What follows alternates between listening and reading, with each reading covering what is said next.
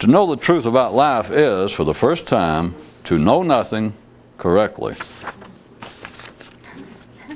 One man says, I believe I could tolerate most other people if they just shut up, including me. What makes the quest for controlled consciousness such a small, exclusive activity is because most people see it as an impossible undertaking. One man once asked a mystic, do mystics actually have to make any effort to do what they do? And the mystic replied, are you including thinking about it? As they rode, the continual cautionary cry amongst one expeditionary band was, the periphery, the periphery. More from the Warrior's Guide. If you look far away, you can't see up close.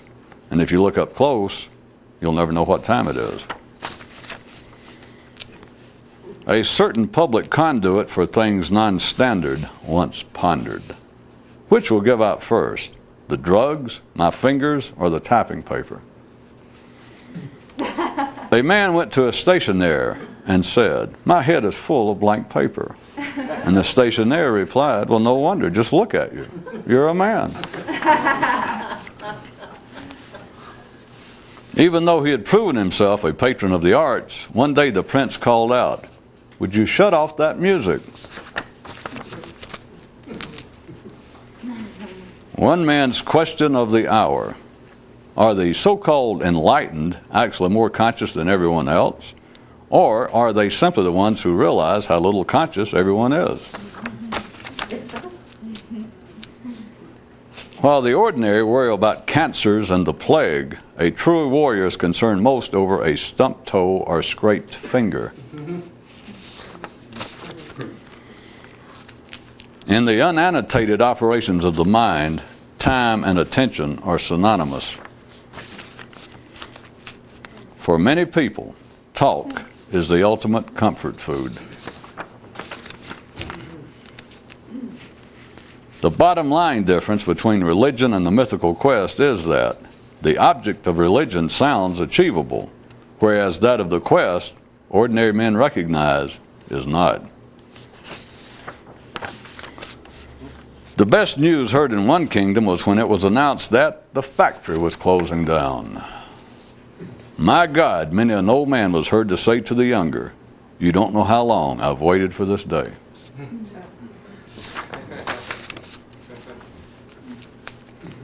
I'm guessing that has somewhere in the realm of transcendental economics. One man's motto is, stay indoors with the clowns and the whores. Even the lowliest amongst us, at least, have ourselves.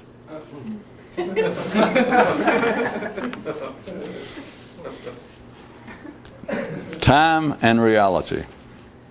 Metaphors are only needed as long as the clock's running. A man went to see a watchmaker and said, my head's ticking. And the watchmaker replied, well, no wonder, just look at you. You're a man. It takes speed to stay mentally sluggish. The liege of one castle once noted, it sure is quiet in here, which can be seen as a measure of progress, but when it reaches full fruition and achieves the maximum stillness, it is so quiet then that no one ever thinks to mention it. Man is born in one condition, but given the ability to dream of another. Most men recognize the second possibility as being a dream and forget it. A few never can. Hint: if mysticism is about nothing in particular, then real mysticism is about absolutely nothing you can put your finger on. Hints are good if taken with supercharged prune juice.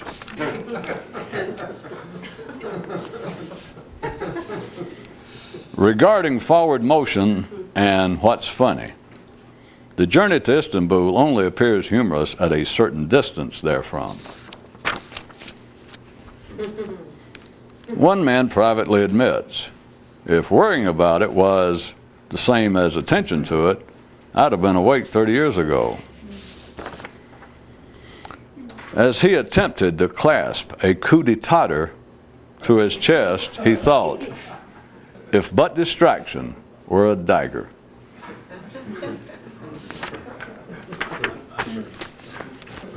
Once it's been seen beyond the native neural horizon, what naturally runs through man's head and is called thinking should be called something else. Travel tip. You are close to the place when nothing could be plainer and life no more agreeable. In fact, you're there. And finally, as per one legend, a public mystical teacher is the one amongst a group of mystics who drew the short straw.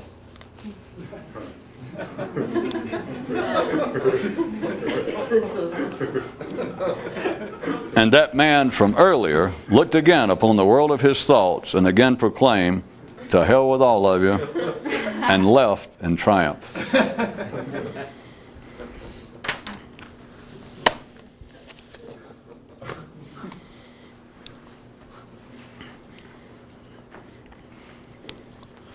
There is a thing that is possible for a person to do in the area of their neural system, commonly thought of, referred to as the brain.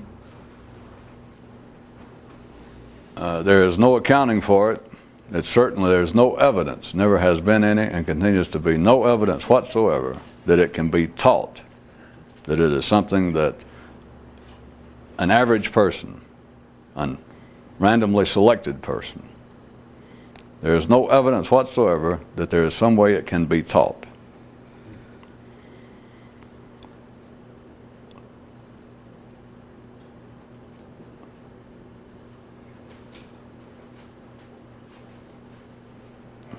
Those who are interested in it, they find themselves interested in it for no accountable reason. They cannot find that anyone encouraged them. They were simply born, as it appears, with the interest in it, long before they had any notion of what it was. Many never get to their own thinking a clear idea of what it might entail, and yet they find themselves attracted to the possibility. The interest in this, for the time being, let's just call it another state of consciousness, another state of awareness. The interest in it is relative and gradual, or graduated, that is not necessarily one cutoff line that is easily described or located, and to say that everyone passed this line and everyone behind that line, just so you didn't forget you were in church. That there is a clear distinctive line that cuts off the people who are interested in such and those who are not. Because were it not for people having such an interest, about people having such a suspicion, religion would not exist, amongst other things. One of the New Zions tonight point out that man is born in one condition, but he is given the ability to dream of another one. But most people recognize the second possibility as merely a dream and forget about it, whereas a few don't.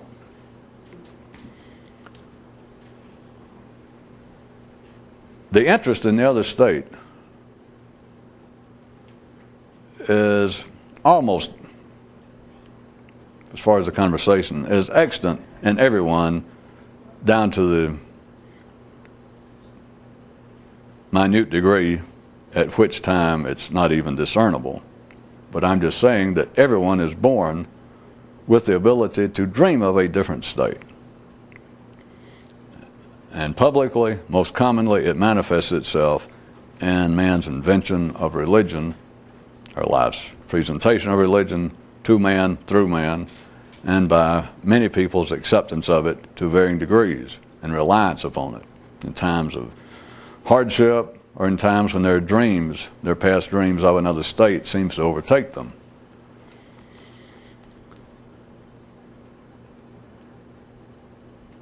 for the group of people that, again, it does somewhat of a disservice to speak of it as though they're an absolute line that is known, that someone can describe and say, well, everybody on this side of the line has some possibility of achieving that state, or everybody on this side of the line, by God, are seriously interested, and everybody on this other side, they're just playing around with it. They're just dreamers, they're dilettantes, they're weekend warriors and all that. It's really a disservice to say there is such a line. It is a disservice that does no disservice, however. Because those on either side of the line, if I or someone else made such a distinction, said, well, I can point them out to you, I can describe who it is, and if I point them out and I say, well, everybody on this side of the planet's on that side of the line and this group of people's over here, even if there was some validity to that, that certainly would not stop the people involved from proving it wrong, because there is no such line over which you cannot step. There is no line that has been legislated that a person cannot go from just having a mild interest in the idea to actually pursuing it. And by God, there's obviously no legislation, no law that says those that have one time been seriously interested can't get uninterested. There's nothing even resembling a law, not even a local ordinance, not even a suggestion that people who have thought they were interested in it can, with no problem, no effort whatsoever, get severely uninterested, or at least unengaged.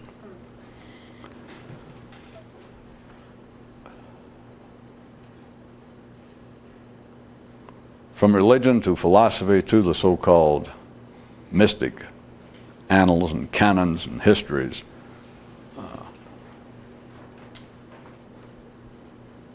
are continuing attempts to describe and to name the state, to name the effort to get there, to describe the effort to get there, and then to whip a name on it.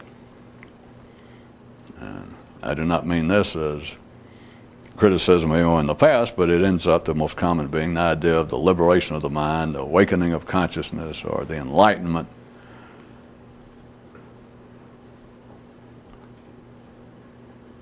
It all sounds more complicated than it is. The state sounds, if you've never tasted the state sounds, to say the very least, otherworldly. The efforts to get there sound damn near impossible. To most people, they sound impossible, or they sound improbable, which is one of the differences. In a sense, it has nothing to do with the physical practice of religion or so-called mysticism, but in a news item that I just read, I pointed out that a difference, one of the most striking differences between religion, kind of a public, watered-down attempt to change consciousness, and the quest itself, is that the objects of religion, whatever religion, doesn't matter, but their general objects sound achievable. That an ordinary man, if he hears that the object, let's just say, of a religion is to love your fellow man without reservation, an ordinary sane person hears that, and if you said, well, that's just absolutely impossible, don't you think? And they would say, well, no, they would not support the notion that it is absolutely impossible. It sounds achievable. It sounds doable, in theory, with no comment on the person saying whether they would undertake it or could achieve it, but it sounds doable. Whereas the best descriptions given of the quest to actually change one's consciousness, far outside, nothing having to do with religion. When ordinary minds hear that, it sounds absolutely otherwise. It does not sound doable, even if a person has some grasp of what it is. Even if they believe they do, and even if they in fact do have some general grasp of the idea of what's being talked about. And they go, yeah, and even maybe try a little bit of it, or somebody offer us an instantaneous little trick. It still does not seem like something that is achievable. It does not sound like something that someone could in some way apply themselves, that could work hard, go to a class, or go to some mystical lodge or a school, or go study under some teacher for 8 hours a day for 20 years, or some reasonable length of time that they can say, well, it's somewhere between 10 and 20 years, let's say. It still does not strike them. They're pursuing this or that method, pursuing these disciplines described, pursuing these tricks and activities and exercises. It does not strike an ordinary person that it in any way would lead a reasonable man to think, well, doing this, somewhere along the line, starting at point A, I take up this kind of activity, that somewhere, given enough length of time and me pursue it, that somewhere I will achieve success. And it doesn't even strike the ordinary mind as being the opposite of that. It doesn't mean, well, yeah, I'd do it, but nobody could do it. It's just that the whole thing just sounds in a very singular way. Just sounds unachievable. And they don't know how else to put it. The ordinary mind will not necessarily hear about it and go, oh, that's not possible. Now, someone might put it that way, but I'm describing to you the way that the general universal network of human consciousness is automatically and presently tied up, wired together, that within that general framework, for a mind here or there to hear a precise, or to them a fairly precise description of what this effort's always been about, and they hear it, and it doesn't strike them as being possible. Whether they would actually say, well, that's not possible, or whether they would say, well, I can see that that is, for some reason, based on some sort of mathematical or physical or chemical or spiritual law, that simply won't do. They don't really know what to say. Because even in religion, as far-fetched as it can sound literally again, that when you die, you won't die. And there's absolutely no proof, not one iota of proof. No one's ever saw a dead person get up and walk around. And yet, millions, billions throughout the years of man have listened to that. And if you ask them, well, is it possible? And they'll go, yeah. Whereas if you describe something, this kind of activity of changing one's consciousness, and you even tried to do it very specifically. Say, well, here's what somebody has said that happened. Here's what somebody's done. Or somebody showed up and said, well, I tell you, I have done it, and here's the way it works. And they describe it. Nothing to do with other worlds, nothing to do with gods, nothing to do with spirits, nothing to do with fate. They describe it in quite cold, concrete, clear terms. That same ordinary person that would say that it doesn't sound unreasonable that if you are a good religious person, Christian, Jew, or whatever, that after you die, you'll come back to life. And that's, well, that sounds achievable. Or even something on this side of death, that the purpose of our religion is to love your fellow man without reservation. The same kind of man will say, well, that sounds achievable.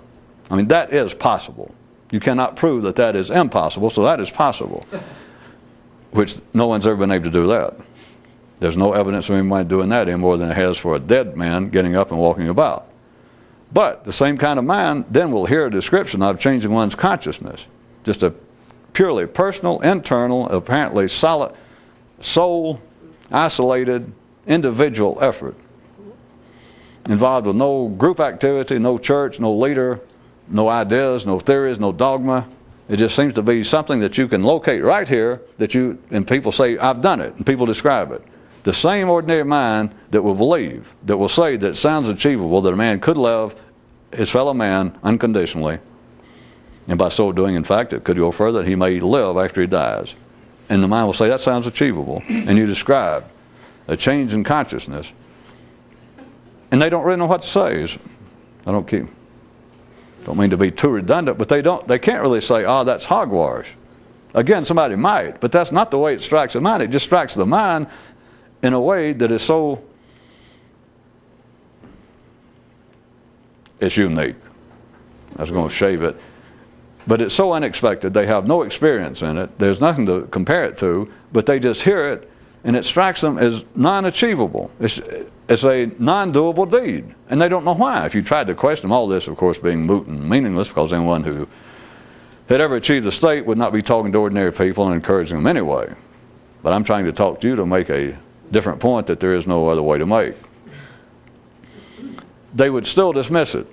It's just, well, that's not doable. For the few who never actually lose interest in it, for those that there's no predicting, no accounting for it, I repeat, and there's no deserving it, it just is. But for those people, whoever they might be, that are, if there were that kind of line that I said there is not, if there's that sort of line that you've gone so far, or that you find yourself over the line so much that you can't back up, to such people then, it is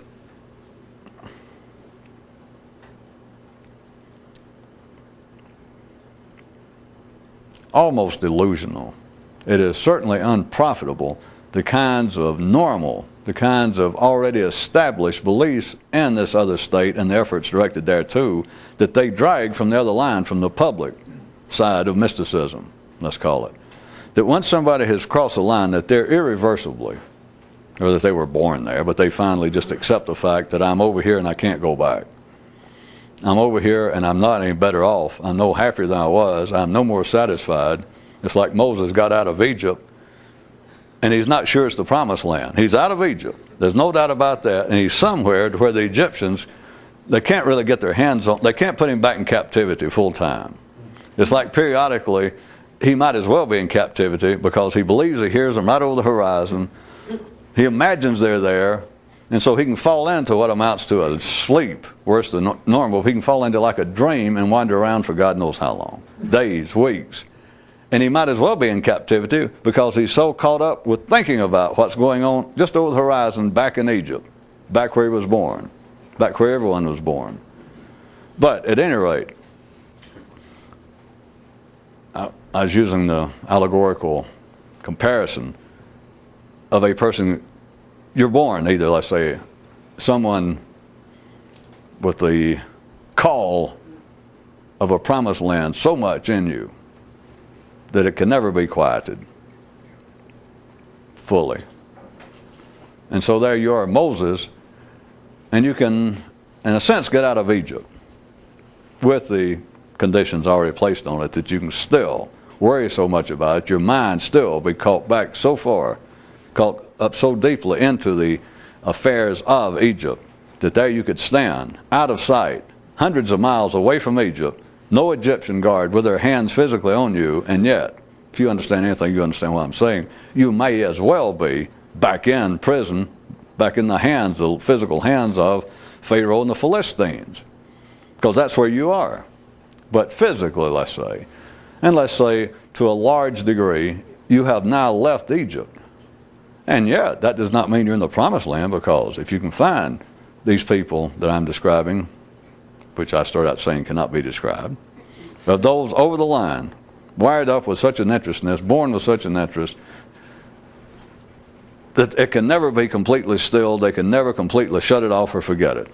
And so let's say that they, for whatever reason, whatever efforts, somewhere after a few years of their life, some part of their life, they find themselves to a large degree no longer in Egypt. They're no longer in the full-time hands of Pharaoh. And yet if you ask them, or they can ask themselves, well, are you in the promised land? No. Are you actually that much happier than you were? Of course, again, I keep saying the things I wouldn't talk to as an ordinary person. I sure wouldn't talk to anyone wired up non-ordinary to do this. I wouldn't do it, but so I'm just making all this up, you understand. And so if you ask this person, let's say, almost irreversibly dedicated to pursuing this state, that they have left, by and large, the full-time captivity of Egypt. And you ask them, well, have you found the promised land? They go, no. And you go, well, are you actually any happier than you were? So we're getting to the part now that I wouldn't do to anybody. But many of you, the reason I bring it up, you're going to do it to yourself, or already have anyway. You just didn't want to put it in words, and I'll do it for you. That's what a minister's for. Well, that and the intense gestures. It's my job, I'll do it.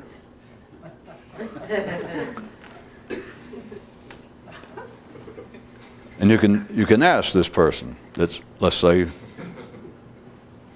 for the sake of conversation, my description, they're no longer a full-time captive of Pharaoh. Or put another way, they could not really ever be enticed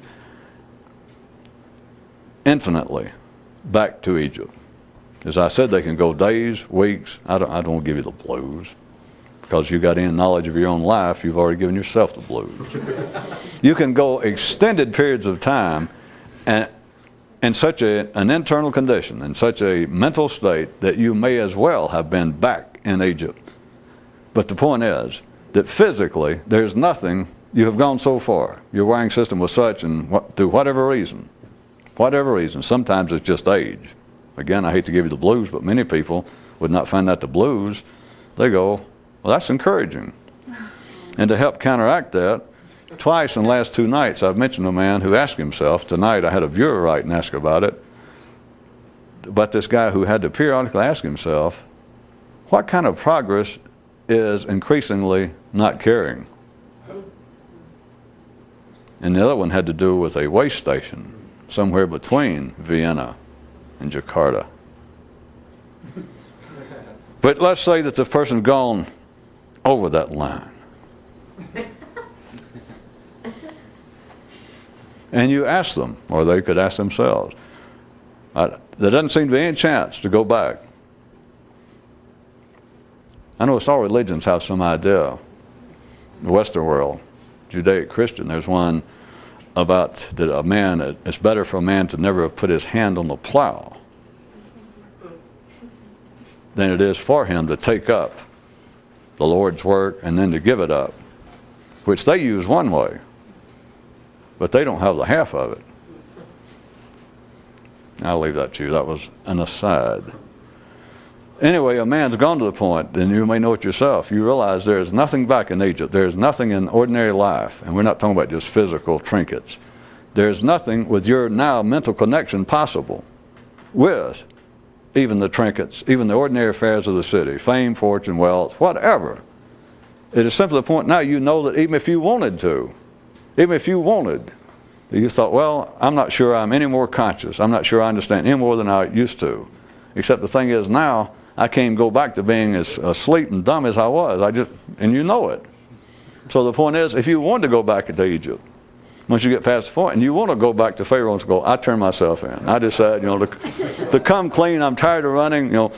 Put me back in the dungeon. You can't even get back there. You can't find him. So there you are.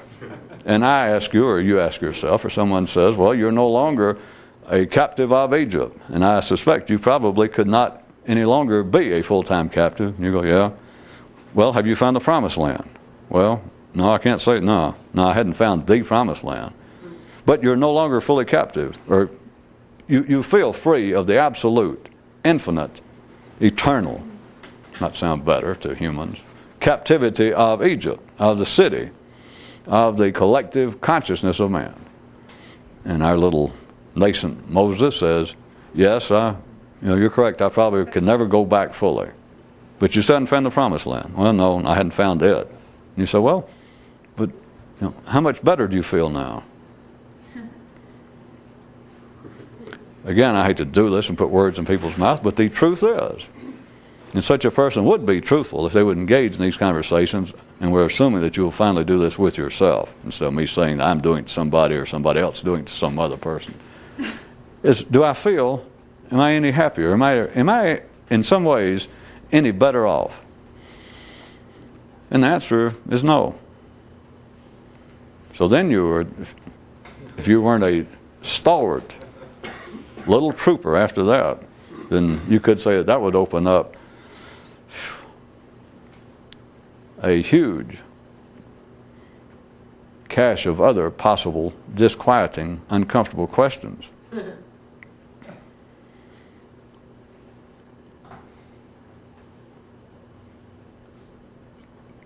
People stuck in that position, like I can't go back, I'm not sure I'm making any progress. Does it even exist? Yes, it exists. Yes, it happens. People have done it, all the people that you imagined if they actually lived. But the descriptions, almost when you're in that position, that you're out of Egypt and you're wandering around and you still have not found the promised land. Every description after that has almost, and I say this strongly in quotation marks, just a little chit-chat between you and me. It almost does those out of Pharaoh's hands completely, it almost does them a disservice. Or as I started to say, it's almost delusional or misleading. All of the descriptions, the best ones, the absolute best ones, the Bible's full of them. Buddha, the words attributed to him just seem point blank, and on several pages, or one page I guess, you could put the heart of what he said enlightenment brought him. When he looked into the direct nature of life and saw what it was, and then came back enough to his normal state, to describe it. He had it about as succinctly. It sounds, even after all the translations, even into English, it makes sense. You can read what it says. Forget whether you agree, but ordinary people can read it. It's how one way that Buddhism is even accepted as a non-religious philosophy in the East and the West, that people can read it and go, that's almost psychology. That's almost early psychology. It sounds nice. It doesn't mean the people saying it understand it or believe that it's achievable. But all of these descriptions, I'm trying to show you how it gets narrowed down from the wildest, those that are most elaborate and just go on and on and on, of you being able to finally guess, or the guy at the carnival guesses your weight, and in return you get to guess his age. It just goes on and on. That's the prize. That is the building. That is the continual building, destruction, and the rebuilding of the human thought processes. But at any rate, if you get it down to even the most direct, such as, let's just take the general ideas of Buddha describing what life is and how to get out of the normal condition, the things to do. Even that is almost misdirectional. It almost does people a disservice. But you get over it, there you are away from Egypt. Figuratively speaking, you're going to have to sort of stick with me and work with me, because I'm trying to push on with these allegories as fast as possible without going back and pointing out what's what. If there you are, you're outside of Egypt, you can no longer be absolutely entertained, captivated by the affairs of the city, by the affairs, the normal affairs of the mind. You just simply cannot be. And yet there you are. The parable just works itself, lends itself to a great use, is why I'm saying on this one. There you are away from Egypt, the center of civilization at the time, and there you are out in the desert, driven to seek something. You went there, you escaped. You could have stayed, but you escaped. I'm really pushing allegories. I said you were born a yard bird. You were born to run. You were not born for captivity. But at any rate, there you are, you're outside, away from the absolute center of civilization, the best that man had to offer, the highest that man had achieved. And we're talking about up here, not just the physical trinkets, not just the physical technological developments of the time, but here it was the center of man's intellectual universe at the time. And you, a would-be Moses, willfully ran from it. And so here you are out in the desert. Think about it, how this lends itself, because that's where many people spend many, many years, decades. And I'm talking about those seriously wired up for this, born for it. And there you are, you have, in a sense, willfully left. I'm using that in severe quotation marks. And I set this up with a news item last time, if you, anyone who paid any attention, that even those who might deserve to take some credit never do, and for two good reasons. One is when they find themselves in that particular condition, in that state, they know damn well, at the time they don't, but anyway, they know that there was nothing specific, willfully, at the moment they did to get them there. Oh, but God, were that true? But they know it. Well, after the first, who knows, hours, days of the excitement of being there, and then they begin to feel it kind of slipping away, and they feel their mind going back to the call of Egypt. And they feel it slipping, and they think, well, at least I got here once. Now I know what it is, so let's see. Now how, so I'm here once, I can get back. And so you start thinking, well, let's see, now what was I doing? And you almost become like these ball players, all kinds of superstitions. When they hit 4 home runs in one game one time, they think, what socks was I? You think, well, what was I doing? What was I doing right before it suddenly happened? All right, and it doesn't seem to make any sense. And you think, all right, what was I doing the hours before? And then you think, what was the days before? Had I eaten anything differently? Had I dropped something from my diet? A man finally realizes, I say finally, it could have been like that there he is. I made it. But he knows that he doesn't know what he did, if anything. I just cut to the bone of it and say a man's aware of the fact that he did not willfully bring it on. That does not withstand the fact that this guy we're talking about could have spent 40 years attempting to reach this state. And one day, out of the clear blue sky, he just turned the corner, he reached down to pick up something, and went wham. Now you can say, well, he spent 40 years. He spent a lifetime trying to do it. Exactly. But he has no idea what brought it on. None. So he knows that he can take no credit. He cannot go back and say, well,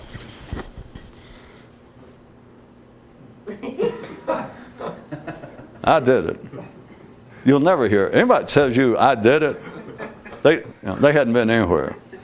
Anybody takes credit, anybody even talks about it almost as suspect. But anybody tells you, yes, I have been in a state of pure bliss. I've been in a state of absolute, objective, liberated consciousness. You might be in for an interesting lecture of some sort, if you like science fiction and religion, but the person has been nowhere. So in the state, you know that you cannot take credit for being there. So then you drift back, not back to Egypt, but back to the desert, wandering around again. At least you know that the promised land exists and you were there, but here you are back in the desert, wandering around, kicking up sand and thinking, even what you remember, what you learned over there, which is astounding enough. If you're interested, at one time, the stories such as Buddhism, again, the enlightenment of Buddha, in a sense, for people over the line, for ordinary people it doesn't matter, but for the people over the line, whoever they might be, those irreversibly out of Egypt, the first time, contrary to the way it reads literally in Buddha's first statements to the monks of trying to describe enlightenment, he makes it sound as though all you got to do is do all this, and you go over there, and I'll tell you what I learned over there. The idea that he did it one time, for anyone who's already been there, at least they worry about it. Even when you find yourself back in the desert, and that in a sense now it's a whole new game, which it is. It's a whole new venture. But you still do not come back knowing everything. And so, but whatever you did know is astounding compared to your 40 or 50 years of what you thought you knew. But the second part is you can't even take credit for that because of the first reason. Back to where we were.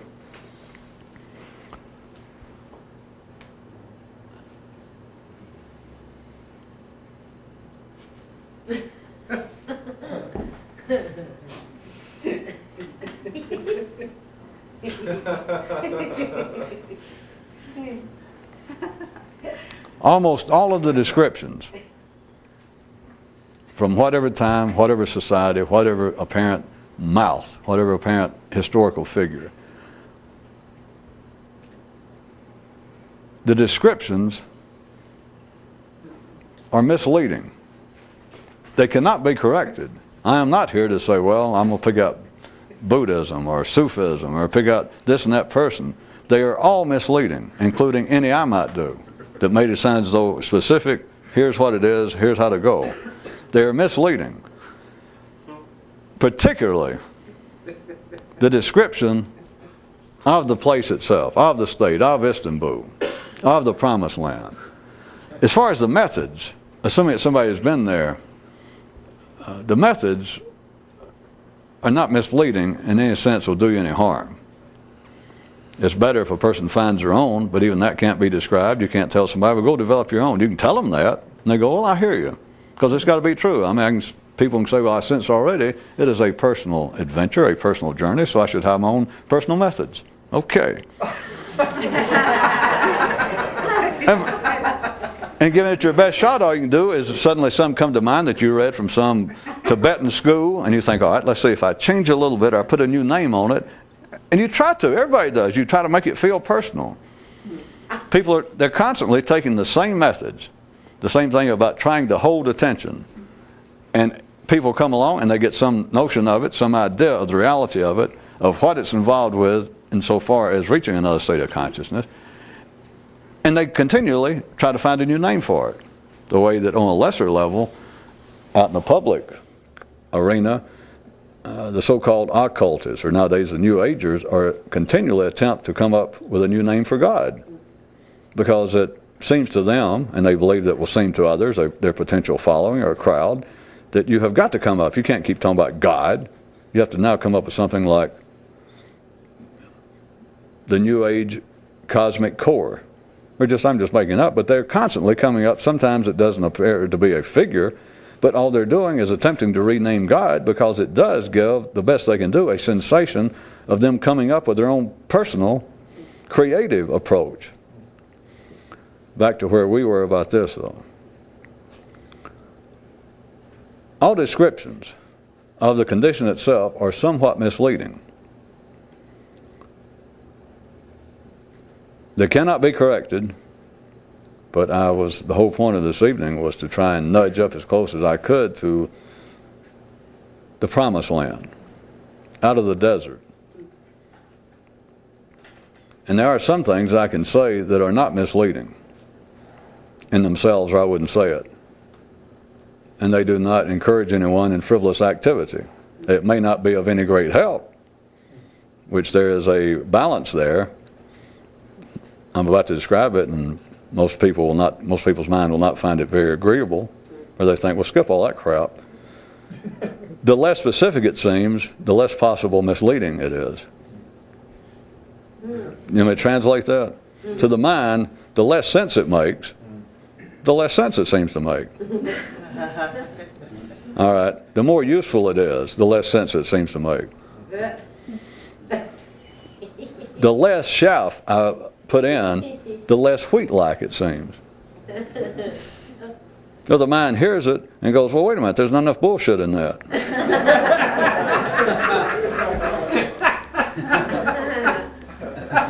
There's not enough that sounds achievable. There's not. All right. You either got the point or you don't.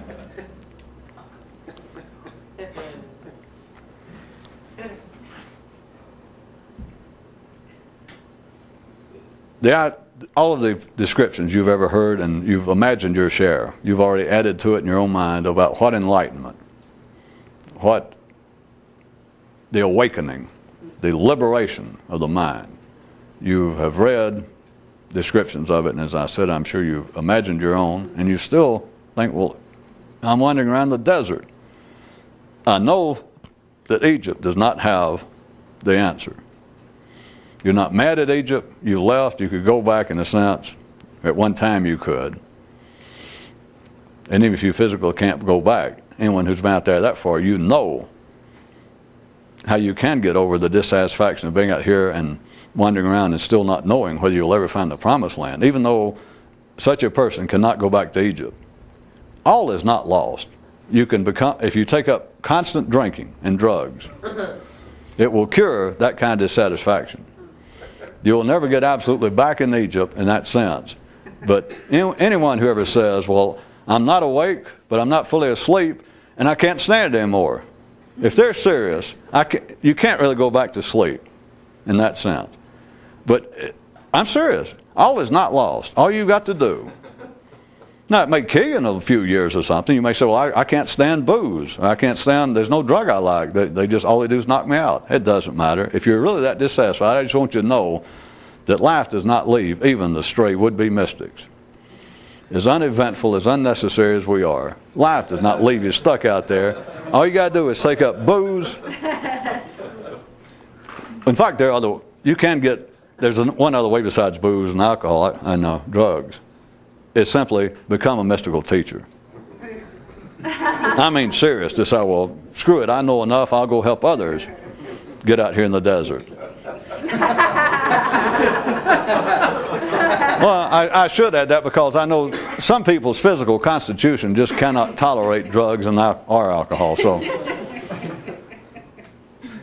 at any rate, I was going to back up.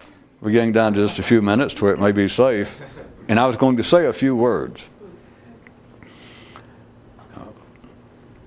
Put this as bluntly as possible, and as plainly as possible. I've said it many times before, not so bluntly. The reason that all descriptions of that state are misleading and are a disservice is, first off, they're literally, this is not just the repetition of some old occult catchphrase, which there are no words to describe it, but there's a reason why. Because it's the present state of consciousness, no, anybody's. There's nothing to discuss. What goes on inside of your head is absolutely dependent on words. You cannot think without words. It's that simple. The other state, enlightenment, is not based on words. It is simply not. It's not. The phrase has been around. That's why I brought it up again, because you have had people, you even have people that make no claim to be mystics, just people in the religious, everyday sense that say that they have visions or that God talks to them. And people say, well, what does he tell you, minister? And he goes, well, when God speaks to you, he doesn't speak in a normal language, and I can't really tell you what he says. And we're not commenting on how little they understand. But I'm just saying that the idea that there are things that men are made aware of, some men, or secrets, information, voices, visions, communications, things that happen in men's minds, or some of them call it their souls, that they swear are just as real as anything that happened, but that they cannot find words to describe it. I'm just using all that to show that there is nothing new in the idea. The reality of it has never been understood, though. It's just left there. And I'm trying to give you some indication. It is not some sort of mystical hocus pocus. It is not a trick of someone, not that understands it, not that has been there. It's not a trick to try and weasel out that the person doesn't really know, and so therefore they go, well, it is so miraculous. I mean, I fell into a trance, and I was passed out, and I saw visions. You know, that's not like a 60 druggie trip. It's nothing new. That is not the reason. The reason is quite simple. That state of consciousness, so-called enlightenment for a second, but that other state of consciousness simply does not deal in words. You're not in a trance, you're not unconscious. But it does not deal in words. It is not based on words. Therefore, there's nothing you can say. And anything you do say, even if you've been there, even if you are a Buddha, speaking metaphorically, even if you are a Buddha or a Jesus, anything you do say, you know is slightly misleading, no matter what you do, because you're describing, well, surely some of you get, you're describing Brazil and the whole culture. You're describing the Portuguese language in Farsi. Does that help? You're describing the English language in German. You'll never get there, no matter what you do. You can't. You cannot in German. I mean, you can attempt to describe the English language or the Spanish language. But you understand, when I say in German, you're continuing to speak German. All the time you're describing the French language. No matter what you do, as far as you have conveyed what the French language is, to say you've totally missed it is an understatement. It's not possible. Another reason the state cannot be described.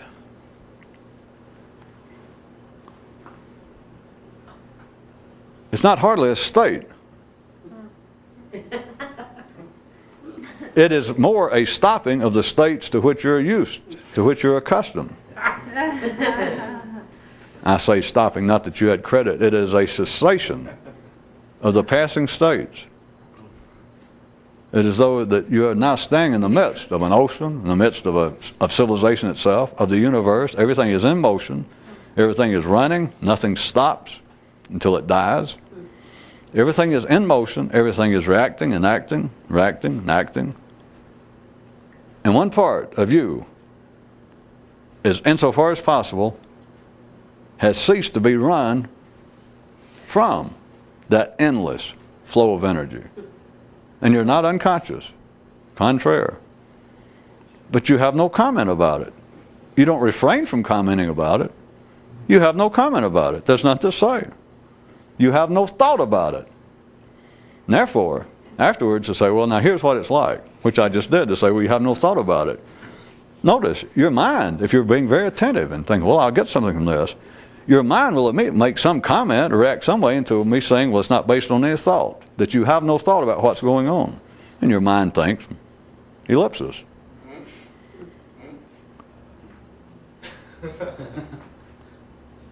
It is very possible. It cannot be taught. I don't know. I can say that it can't really be encouraged, but here I am doing it. Except I and anybody who understands it, I'm not out really proselytizing, but for anybody interested. But it is possible. And there's no way to predict it. There's no way to guarantee it.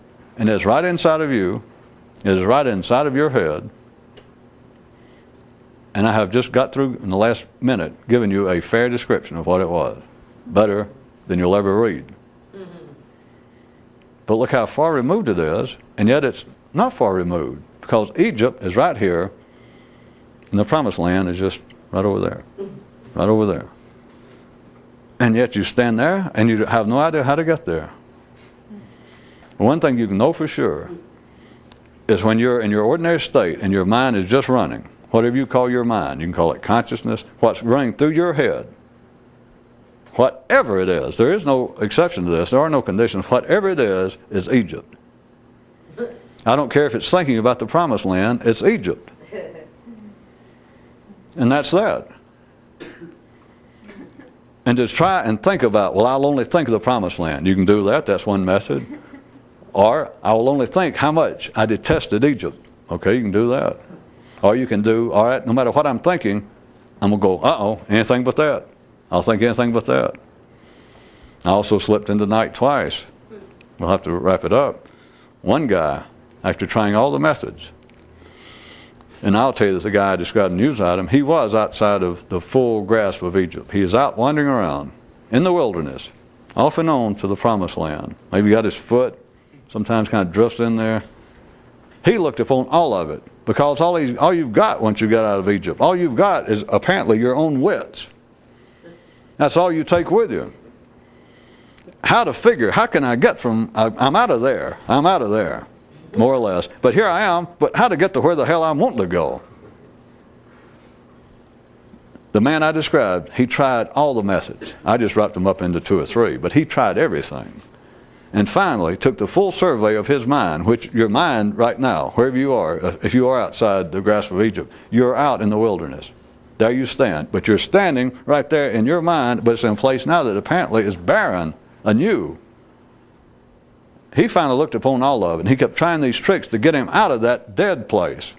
It's like being in the doldrums, if we want to change the scenario from a desert, from a land desert between Egypt and the promised land. You're out sailing, and you've hit the doldrums. There's no wind. You're just sitting there dead in the water. That's your mind. It's this flat place. No waves, no movement. He looked upon it, and he tried all these tricks to get himself going. Well, I'll only think about the promised land. That's the only thoughts I'll allow, or whatever. And he finally looked upon everything going on in his mind after all the tricks, and he realized indiscriminately, to hell with all of you. That was without aggression. He just realized, to hell with all of it. That's it.